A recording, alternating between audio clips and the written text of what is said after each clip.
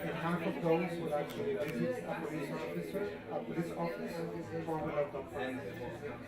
That's 25%. 76 countries today maintain criminalization of same-sex behavior as a standard. It seems to reflect that notion about nothing inherent. We are in the presence of a population that has been historically the object of a discrimination and a persecution that has in fact been officially sanctioned. The path to ending torture against LGBTIs requires decriminalizing same-sex adult consensual sex. La población LGTBI es especialmente vulnerable en prisión porque conforman una minoría de la población general. Eso hace que sus necesidades y las violaciones de sus derechos estén aún más invisibilizados. En el afuera, esta población ya padece la estigmatización y la transfobia, y estas variables se potencian al interior de las prisiones con la complejidad de que estas vejaciones no están sometidas al escrutinio público. They're already a group that's discriminated against in society, and in places of detention they are doubly, triply discriminated against. We've heard at the seminar how they're at the bottom of the hierarchy of people in detention, and because of that they are victims of violence, victims of extra discrimination from the authorities, from fellow inmates. Je peux vous assurer que le Sénégal n'a pas encore réfléchi à cette question de prise en charge au niveau des centres de détention des personnes LGBT.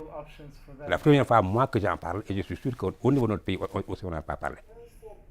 On n'a pas de personnes vraiment qui se soient présentes ou identifiées comme LGBTI. Je crois que c'est un sujet tabou, peut-être.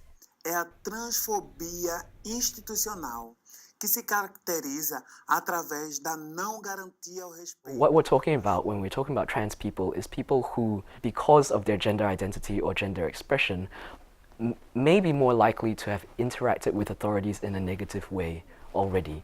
And so when it comes time again, that they unfortunately are in detention or in prisons, that there is already that stigma and there's already the multiple layers of discrimination that they have already experienced. In prison facilities, trans people don't necessarily have access to the health care that they need or should have. So if a trans person, for example, has started hormone therapy, that can be interrupted, which is detrimental to their health. From a civil society perspective, is what you... Déjà, on commence à s'intéresser aux personnes LGBT hors détention. Je pense qu'il va falloir un petit peu plus de temps pour qu'on commence à s'intéresser aux personnes LGBT en détention, et encore plus de temps à s'intéresser aux personnes, en fait, aux migrants LGBT en détention. Parce que plus il y a une intersection de vulnérabilité, plus on met du temps, en fait, à repérer ce groupe de personnes et à leur apporter les soins qu'il faut. The subcommittee already in its last annual report has made it clear that it is concerned about the situation of LGBTI persons deprived of liberty. What the committee can do is, in fact, what it must do in relation to all populations, communities and peoples, is to actually identify what are the reasons leading to torture and mistreatment, and work with states and other stakeholders to actually address those causes and mitigate them, eventually ending them. Monitoring bodies can do a lot if they're able to speak to the authorities and speak to the government. I think that they can push for legislative change generally for trans people in that country. I think education and training of prison authorities is a really important thing.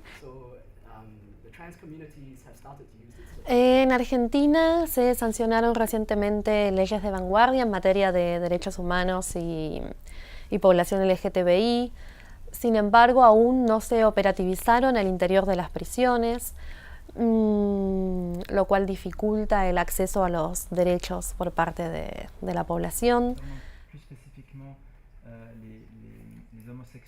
There should be no diagnostic, no plan of action, and no implementation without the substantive involvement of the concerned populations.